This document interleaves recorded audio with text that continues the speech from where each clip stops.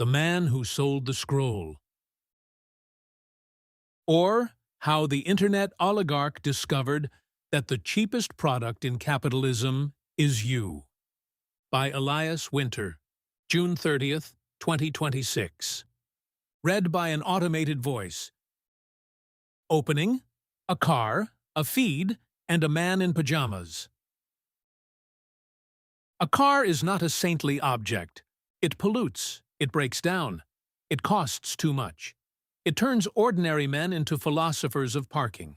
It gives suburban fathers an excuse to say things like "torku" while standing in driveways. And Henry Ford himself was, to put it with maximum charity, not exactly a walking retreat center of moral enlightenment. Still, the car does something. It takes a nurse to work. It takes groceries home. It takes children to school. It carries tools, luggage, medicine, grandmothers, dogs, plumbers, arguments, prayers, and the occasional bag of fast food whose smell will haunt the upholstery until the second coming. The car has use. It moves a body through space. You can ask a simple question of it. Does it start in the morning? This is one version of capitalism. Imperfect, often exploitative, sometimes brutal, but at least intelligible. Someone builds a thing. Someone buys the thing. The thing has a function. If the builder profits, we can argue about the profit, the labor, the wages, the factory, the supply chain, the pollution, and the grotesque tendency of rich men to believe that owning a factory makes them profits. But the basic moral exchange remains visible. Then there is the feed. The feed does not take you to work. It prevents you from leaving for work. The feed does not carry your groceries. It carries you, gently and invisibly, from one small humiliation to the next. It shows you your old classmate's vacation, your cousin's promotion, a stranger's body, a celebrity's apology, a war reduced to a graphic, a motivational quote from a person who appears to own 7 bathrooms, and an advertisement for mushroom coffee that somehow knows you are spiritually tired. No one wakes up in the morning and says, "Thank God Mark Zuckerberg has made it possible for me to see a man I barely knew in college, standing beside an infinity pool with the caption, 'Grateful for the journey.'" And yet, there we are, scrolling. Not because the thing is useful in the ordinary sense, not because it helps us finish a task, not because we leave it with more dignity, attention, courage, or practical freedom. We scroll because the system has learned something about us that older capitalism could only dream of learning. Our weakness is scalable. That is the difference. The old capitalist sold us machines. The new oligarch made machines out of us. 1. The old capitalist at least had to build the damn thing. There is no need to romanticize industrial capitalism. The old world of factories was not a village bakery run by cheerful elves. It was often dirty, violent, hierarchical, and cruel. It broke backs. It swallowed workers. It poisoned rivers. It produced fortunes large enough to deform politics and egos large enough to require their own weather systems. But industrial capitalism had one important constraint. Matter resisted it. If Ford wanted to sell another car, Ford had to build another car. That meant steel, rubber, glass, engines, workers, machines, roads, rail, oil, distribution, dealerships, repairs, and all the unglamorous friction of the physical world. The car had to be assembled. It had to be shipped. It had to occupy space. It had to survive weather, gravity, and the terrifying moral battlefield known as the American commute. The old capitalist could be greedy, but he still had to wrestle with matter. He could dream of dominating the market, but the world pushed back. Every additional unit required resources. Every factory required labor. Every vehicle required parts. Scale was possible, but it was heavy. It was slow. It had mass. Then came the digital platform, and capitalism discovered a lighter form of empire. Once the platform exists, the same basic behavioral machine can be replicated across millions, then billions, at comparatively low marginal cost. The feed does not need a new engine for every user. It does not need a steering wheel, tires, seatbelts, or a catalytic converter. It needs servers, software, data centers, behavioral engineers, advertisers, and a sufficiently large population of lonely mammals willing to donate their attention in exchange for tiny electric feelings. The car at least had the courtesy to require steel. The feed only requires my weakness. This is not a minor technical distinction, it is a moral one. Digital scale removes much of the friction that once tied profit to production. The old capitalist accumulated wealth by producing more of the thing. The new platform capitalist accumulates wealth by duplicating the same environment of capture across every available human nervous system. That does not mean all digital scale is evil. Scaling useful software, medical infrastructure, search tools, education, logistics, or open knowledge can be a genuine social good. The problem is not scale by itself. The problem is what gets scaled. If you scale a tool, you may expand human agency. If you scale a trap, you expand captivity. And the modern internet oligarch, in his most profitable form, is not merely scaling technology. He is scaling the conditions under which human beings become easier to distract, measure, predict, agitate, and sell. That is not ordinary entrepreneurship. That is industrial psychology with a payment processor. 2. The product appears to be free, which is usually when you should check your pockets. The first genius of the platform is that it appears to cost nothing. No one hands over money to scroll. There is no cashier at the entrance of Instagram. No teenager enters a credit card before comparing her body to a stranger's edited beach photo. No tired man pays $3 to lose half an hour watching people argue about politics under a video of a dog. The product is free. This should make us suspicious. When a thing is free, the question is not whether there is a price. The question is where the price has been hidden. The user thinks the product is the app. Facebook, Instagram, TikTok, X. Whatever glowing rectangle currently has humanity tapping glass like lab pigeons with better shoes. But the user is not the customer. The advertiser is the customer. The user is not buying the product. The user is being prepared. He is being classified, softened, agitated, stimulated, sorted, measured, and delivered. His attention is packaged. His habits are studied. His insecurity is mapped. His social graph is analyzed. His desires become predictions. His pauses become signals. His boredom becomes inventory. This is where the moral structure changes. A useful product helps you complete a task and leave. An engagement product wins when you cannot leave. A hammer does not become more profitable because you compulsively hold it for 6 hours. A washing machine does not send you notifications asking whether you have considered washing just one more sock. A car company does not increase revenue because you sit in your driveway turning the ignition on and off while comparing yourself to your cousin. But a platform becomes more valuable the longer you remain inside it. Its business model is not satisfied by usefulness. It requires duration. It requires return. It requires compulsion dressed as participation. Its favorite user is not the one who arrives, accomplishes something, and leaves. Its favorite user is the one who forgets why he arrived. This is the difference between use value and engagement value. Use value asks, did this thing help the person live? Engagement value asks, did this thing keep the person available? That is the great moral reversal of the platform economy. The system does not need to make you better. It needs to keep you present. It does not need to strengthen your agency. It needs to occupy it. It does not need to serve your life.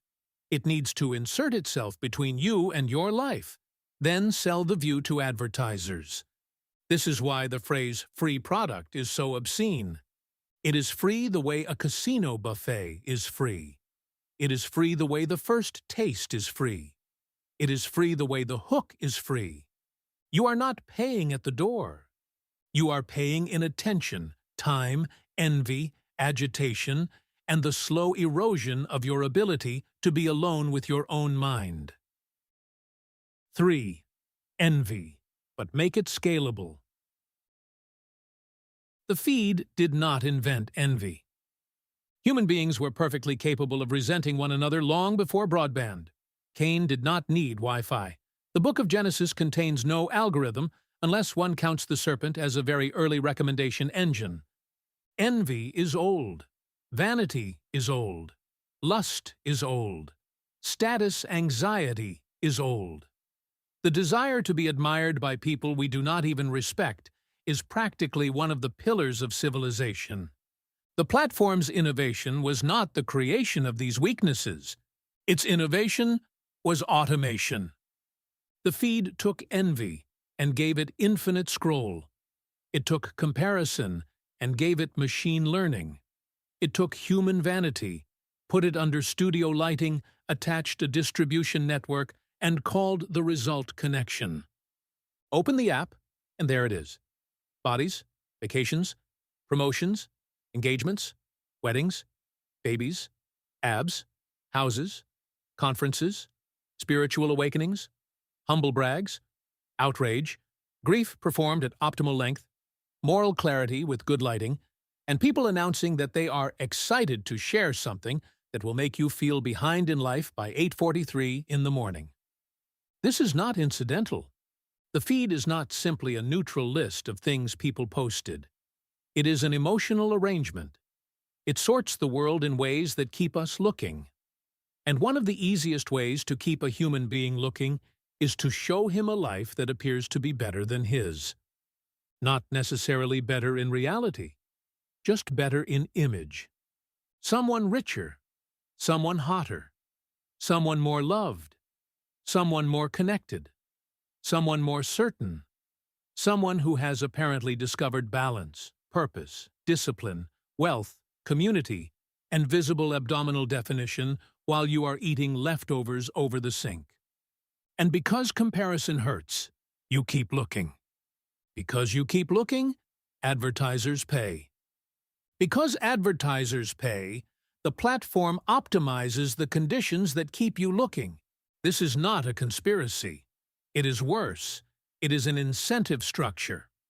The platform does not need to hate you.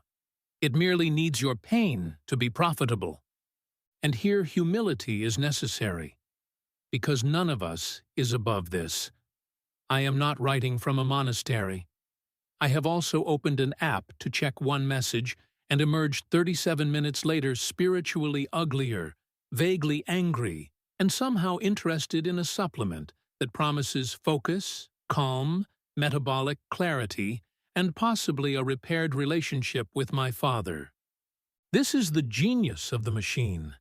It meets us exactly where we are weak. Lonely? Here are people together.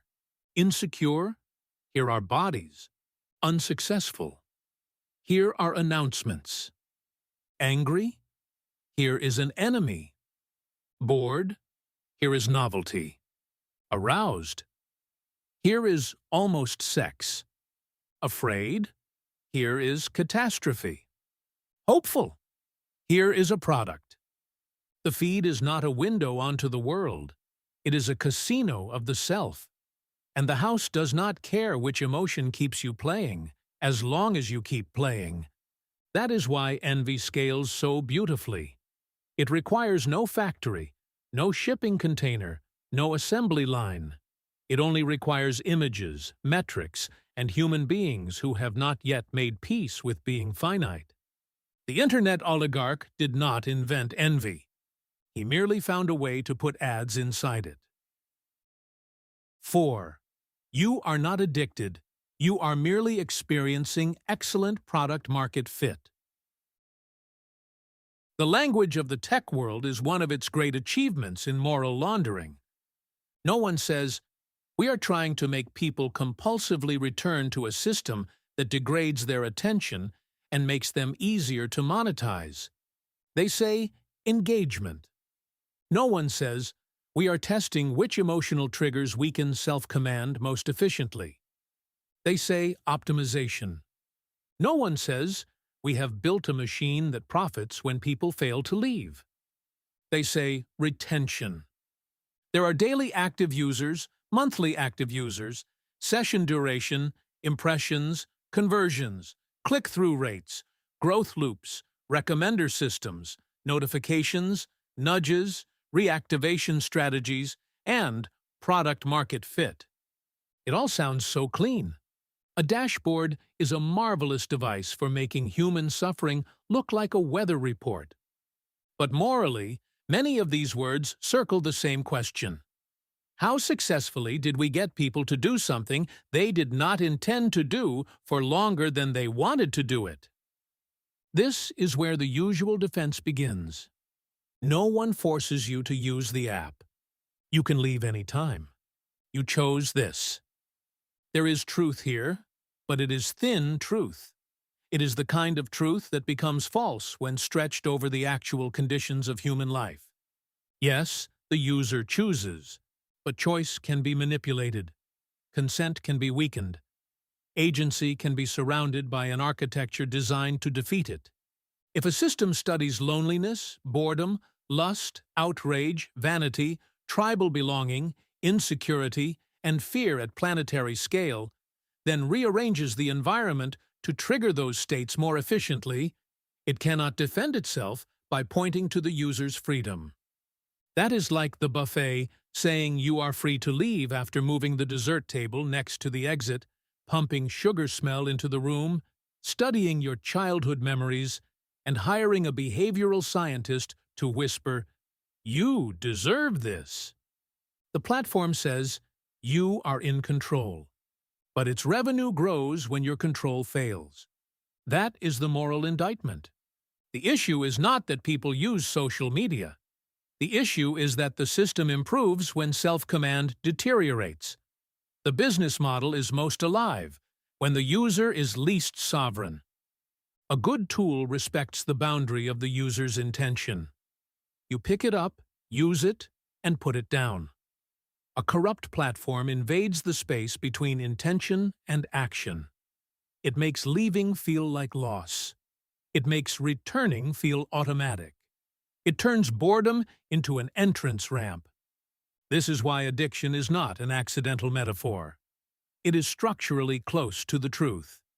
The platform does not need every user to become clinically addicted. It only needs ordinary weakness distributed across billions of people. It needs small failures of attention, repeated endlessly. 5 minutes here, 12 minutes there. A morning mood bent out of shape, a workday punctured, a dinner half attended, a child ignored for a notification that turns out to be nothing. No single moment looks catastrophic. That is how the system hides. It does not destroy life all at once. It shaves life into monetizable fragments. 5. The factory is now inside the person. Industrial capitalism put workers inside factories. Platform capitalism put the factory inside the person. This is the deepest change. The old factory was visible. It had walls, gates, whistles, machines, supervisors, smoke, time clocks, loading docks. You could point to it. You could organize around it. You could say, here is where labor is extracted, here is where profit is made, here is where the body is disciplined by production. The platform factory is harder to see because it is distributed across inner life. The person becomes the site of extraction. His attention is mined. His preferences are modeled. His emotions are stimulated. His friendships become a graph. His searches become predictions. His hesitation becomes data. His boredom becomes opportunity. His envy becomes retention. His outrage becomes distribution. His face becomes content. His desire becomes a targeting category. This is more than the user is the product. That phrase is true, but too small. The user is the raw material, the labor process, the distribution channel, and the behavioral residue being sold. A man sits on a toilet looking at photos of people richer than him while an ad tries to sell him Focus gummies. Somewhere, revenue is generated. That is platform capitalism in one sentence. The genius of this system is that it gets the user to participate in his own extraction while calling it self-expression. He posts the photo. He performs the identity. He updates the profile. He reveals the preference. He clicks the link. He strengthens the model. He trains the machine that will later be used to target him more precisely. And he does much of this voluntarily, because the platform has fused extraction with recognition. To be seen, he must become legible. To belong, he must produce signals. To participate, he must feed the system that feeds on him. The old capitalist sold things to people. The platform capitalist sells through people, out of people, and against people. This is what I mean by productionizing human beings. The person is no longer merely a consumer. He is infrastructure. He is a behavioral surface. He is a measurable stream of attention whose inner life has been made economically available to strangers. This violates something deeper than privacy. Privacy is only the legal word we use because we have forgotten how to speak about the soul. The real violation is not only that the platform knows things about us, it is that the platform redesigns the conditions under which we come to know ourselves. It teaches us to experience our lives as content. It teaches us to measure reality by visibility. It teaches us to process grief, joy, beauty, outrage, friendship, sex, politics, and even moral conviction through the imagined gaze of an audience. It does not merely observe our humanity. It formats it. And once formatted, it can be sold. 6. The modest billionaire and his planetary slot machine. It is tempting to make this essay about one villain. Mark Zuckerberg is convenient for this purpose, because he appears to have been assembled in a lab to test whether democracy could be defeated by a man with the emotional temperature of a conference badge. But the point is not Zuckerberg as a uniquely evil person. That would be too easy. It would also be comforting. If the problem were one strange billionaire, we could simply replace him with another strange billionaire and pretend civilization had been repaired. The deeper problem is the type. The internet oligarch is not necessarily a cartoon villain. He may not wake up each morning and whisper, "Today I shall diminish the inner lives of the masses." That is precisely the problem. Modern evil rarely announces itself with a cape. It arrives as a dashboard. It arrives as growth. It arrives as connection. It arrives as innovation. It arrives as a mission statement written in the frictionless dialect of people who have never doubted their right to reorganize the lives of others. The terrifying figure of our time is not the tyrant in uniform. It is the founder with insufficient moral imagination and unlimited distribution.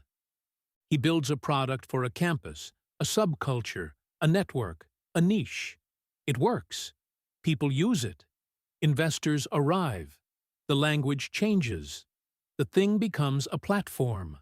The platform becomes infrastructure. The infrastructure becomes unavoidable. The unavoidable becomes civilization. At every stage, the founder can say, People want this. But wanting is not moral proof. People want many things that do not make them free. They want sugar, revenge, flattery, pornography, gambling, tribal certainty, and the ability to see whether their ex has become less attractive. Desire is real. It is not sacred. The platform oligarch's corruption comes from scale joined to abstraction. He does not see the teenager whose self-worth collapses under comparison. He sees engagement. He does not see the worker who loses an hour of focus before noon. He sees session duration. He does not see the lonely man trained to mistake stimulation for companionship. He sees retention. He does not see a population growing more anxious, vain, distracted, polarized, and available for manipulation. He sees growth. Scale creates distance from consequence. The greater the reach of the system, the more abstract the people inside it become.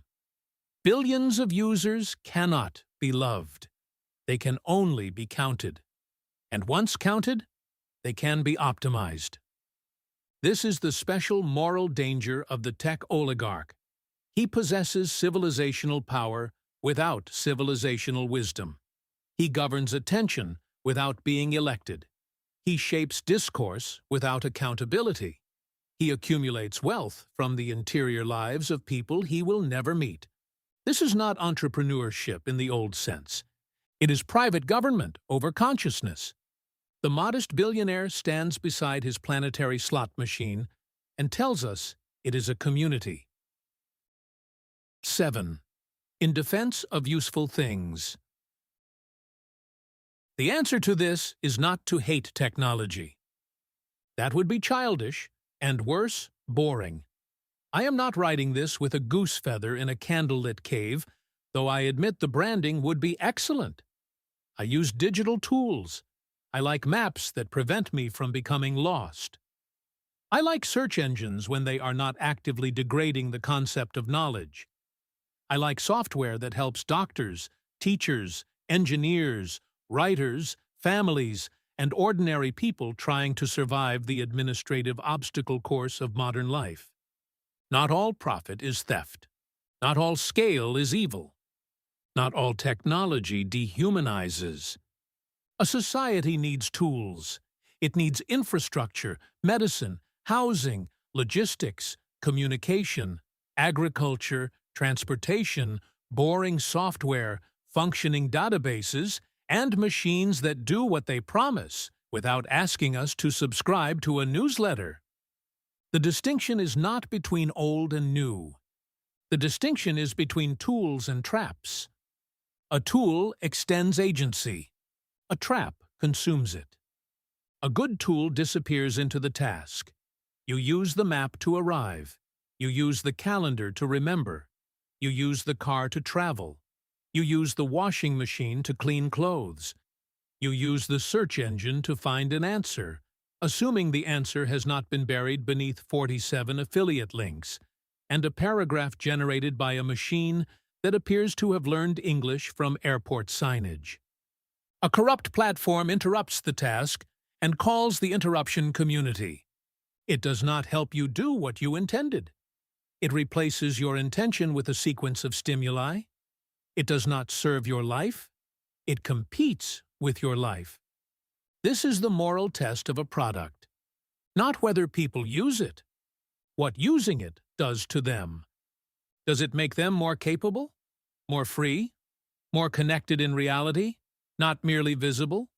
More competent? More truthful? More able to love, work, rest, think, create, repair, and attend?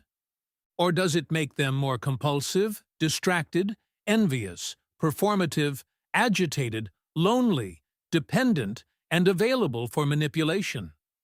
This is the question capitalism cannot answer by itself.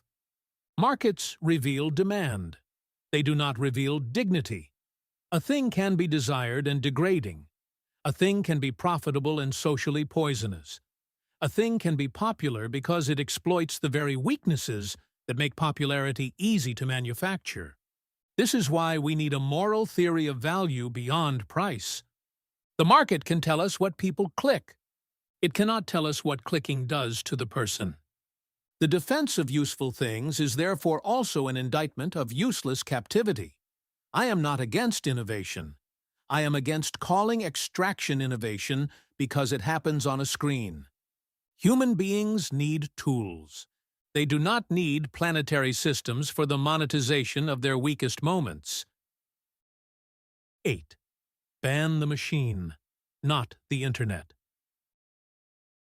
So what should be done? This is where one must be careful, because the easiest way to lose the argument is to sound like an old man yelling at a router. The point is not to ban communication. The point is not to ban software. The point is not to ban people from posting photos of lunch, though some lunches deserve federal review. The point is to ban, or at least severely restrict, the business model that combines behavioral surveillance, addictive design, algorithmic manipulation, and targeted advertising into a single system of human capture. That is the machine, not the Internet. The machine is not messaging your friend. The machine is not sharing a family photo. The machine is not finding directions, reading an essay, learning a language, publishing a poem, joining a recovery group, or watching a video on how to fix a sink. The machine is the economic structure that says, capture attention by any means psychologically available, study the user's behavior, predict his weakness, feed him stimuli that keep him engaged, and sell access to him. That machine should not enjoy the full moral legitimacy of ordinary commerce. A society can allow markets without allowing markets in everything. We already prohibit or restrict many profitable forms of harm. We regulate drugs, gambling, financial products, unsafe goods, child labor, environmental toxins, fraud, and predatory schemes. We do this because profit alone does not sanctify an activity. So why should behavioral extraction be exempt? Why should a company be allowed to build addiction-like systems for minors?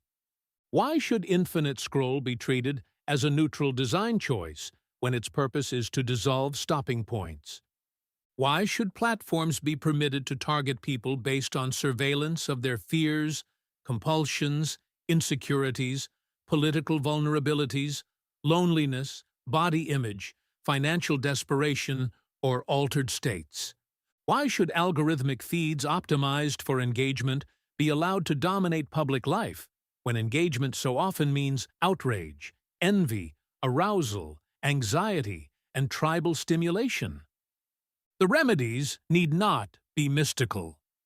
Ban behavioral advertising based on surveillance. Restrict algorithmic feeds optimized for compulsive engagement. Create hard limits on addictive design patterns, especially for minors. Mandate user-controlled chronological feeds. Prohibit targeting based on sensitive vulnerabilities. Treat large platforms as public interest infrastructure when they become unavoidable spaces of communication. Force transparency around recommendation systems. Make the business model less profitable when the product degrades human agency.